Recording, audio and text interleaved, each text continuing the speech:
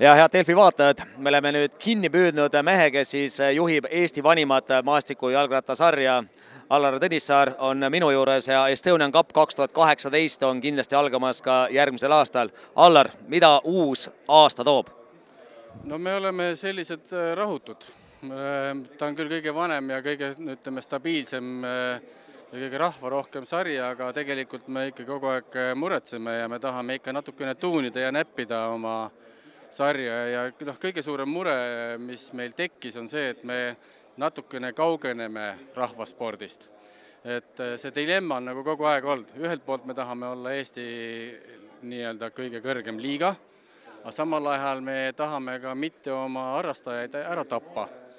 Ja eks me siis sellepärast siin mõtlesimegi niimoodi välja, et see on nagu Läti versioon. Teatavasti Lätis on samasugune sari. Nemad on küll aasta võrra nooremad, aga nendel on vastupidi. Nendel sõidavad seda lühemat maad enamus rahvast ja siis seda pikemat maad siis tühine 100-200 inimest. Aga see tuleb takkajärgi tark olles, et see on õige, sellepärast, et nad ei tapa oma inimesi ära nii. Ja nüüd me siis sellel aastal järgmine aasta lähemegi selle peale, et me teeme maratoni distantsi lühemaks ajaliselt. Ma ei oska öelda kilomeetrit, sest see sõltub alati, kui palju teeloodist väljas on. Et seetõttu kuskil on tund 30 kuni tund 40 saab olema võitja aeg, selle järgi me reguleerime. Ja siis Grand Prix on siis nüüd ikkagi Eesti eliidile, et nad ei laseks ka oma Läti liiga alla, sest et neil on vaja Euroopasse minna ära võita, meil on ju ka Euroopa meister. Seetõttu on selle distantsi pikkuseks rehkendatud kusagil 2.15, 2.30.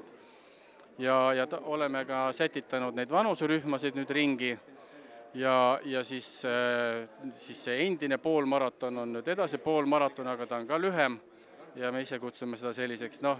Me proovime seda mitte üle pingutada, et ta on nii-öelda rattasõidu kepikäind või kuidagi selline distants, et seal need lapsed saaksid ka hakkama. Et need on nagu suures osas need põhilised muudatused, mis me nagu programmiliselt tahame teha. Aga minu meelest väga olulised muudatused on veel need, et me roteerume. Me roteerume ja päris paljude etappidega järgmisel aastal niimoodi, et meil näiteks Lähte ja Kuremaa on paaris rakendis. 2018 toimub Kuremaa, 2019 toimub Lähte, sama toimub Otepää-Elva. Järgmine aasta 2018 on meil Elva ja siis 2019 on juba teada, et on Otepää. Ja sama Eesti kõige suuremate saartega, et 2018 on Saaremaa ja lõpetamegi hooaja Saaremaal ja siis, kui hästi läheb, siis 2019 Hiiumaal. Need on nagu, need põhilised muudatused. Ma arvan, et nad on vast viimase 17 aasta kõige revolutsioonilisemad muudatused, et nii palju me ei ole näppinud ja tuuninud oma sarja kui nüüd järgmiseks hooajaks. Allar, öeldakse, et vahest võim läheb kaugele rahvast, et teil on sama asi olnud, et maastiku rattasari on natuke kaugele läinud rahvast, et nüüd on aeg tagasi rahva sekka tulla.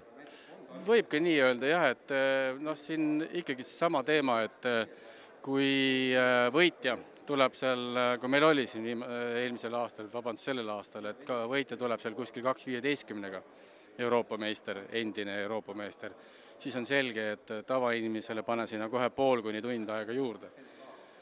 Et see ei ole päris normaalne, kui tavainimene paneb seal 3-4 kuni 5 tundi ja see on sariüritus. Et meil ei ole mõtet hakata inimesi ära tapma, et mõte on see, et tal oleks stabiilselt garanteeritud kalender ja et ta peale sõitu oleks võimeline minema veel, ma ei tea, ämma juurde appi kartulit võtma või ma ei tea, sõpradega sauna.